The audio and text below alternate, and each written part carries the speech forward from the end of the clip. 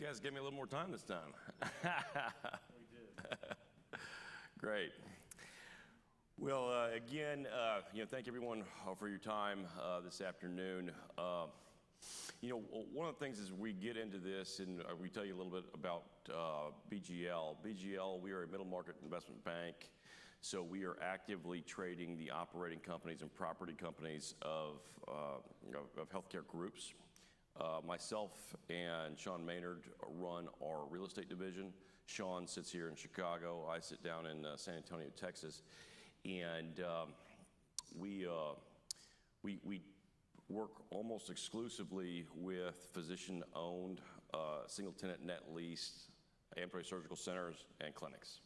So we are for better or worse, we are as deep into this particular specialization as I think you can be. And we actually created the firm, I say they created the real estate side of the firm, really 10, 12 years ago because we saw a lack of perspective in the market from an operating company perspective. I've been lucky enough and fortunate enough to learn a tremendous amount over this last decade with the firm and really learning how the corporate aspect of a practice impacts the property company. So with that being said, we've traded $4 billion worth of healthcare real estate. Not quite as great as Chip, but close. He's done $6 billion if anybody's counting. It was 6.5. But again, we've been doing this for 2 decades. We take a lot of pride in what we do. We really like to think through, all of the aspects of these deals because, ultimately, this is probably the penultimate transaction, and the ultimate transaction being a corporate transaction. But you say, well, Clint, we're doing a property company transaction. Why do I need to be comprehensive of my eventual operating company transaction? Well, you're right in the regards to your purchase and sale agreement, right, is a finite agreement that will run through the term of the trade. That lease is very important, okay? To have advisors that are deep in the weeds is something we would always advocate for because, you're just not going to know what you're not going to know what you're not going to know. So that lease is going to run for 10, 12, 15, 20 years, okay? And every word of that lease is extremely important from a value perspective for that eventual operating company trade and the property company trade that you are able to consummate. Where are the values, okay? So we always advocate for the property company transaction preceding the operating company transaction. That's one of 2 things. You have complete control, obviously, before you do any operating company transaction.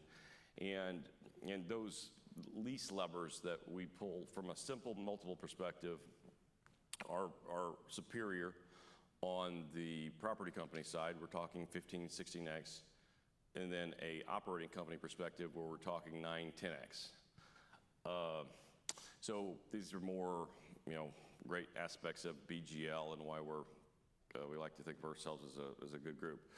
Okay, so we get into market, okay, where we were 2021, 22, okay, WIT transaction was fantastic to work with WIT and fantastic outcome for WIT and really a great practice and great CEO to work with because really inquisitive and really wanted to learn, very much like you all in this room, you're here to learn. And, this is a very, very, very important transaction. Probably, the first or second most important transaction that, you all will make as property company owners.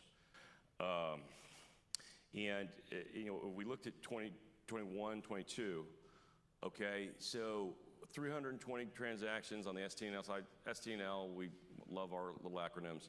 Single tenant net lease, MOB is medical office building. And actually, I think we're going to start calling them medical outpatient procedural buildings. So in 2021, 2022, okay, 1,100 deals transacted, 1,000 deals transacted, okay, massive amounts of volume. Okay, the party stopped in 23 as a function of rate market. But you know, the good news here is when we're coming into 2024 and 2025, we have what's been indicated to a very positive rate cutting environment, and also there just haven't been a lot of deals that have been done. And you know, as Chip will tell you, as all these acquisition candidates will tell you, they want to be acquiring. They do not want to be sitting idly by. So in 2024, you know, we're currently at 301 transactions. I think kind of rounding out the year, we'll probably get right to that 555, in that kind of middle 500 numbers. But I would say in 25, I think we're going to be right back to the 1,100, you know, in that volume. So kind of the ebbs and flows of the market right here. These are the last 2 decades of cap rates. You'll hear cap rates talked a lot about.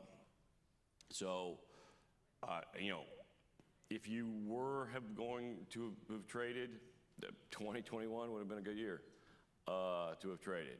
That being said, as my dad always says, you know, life is all about timing and free food.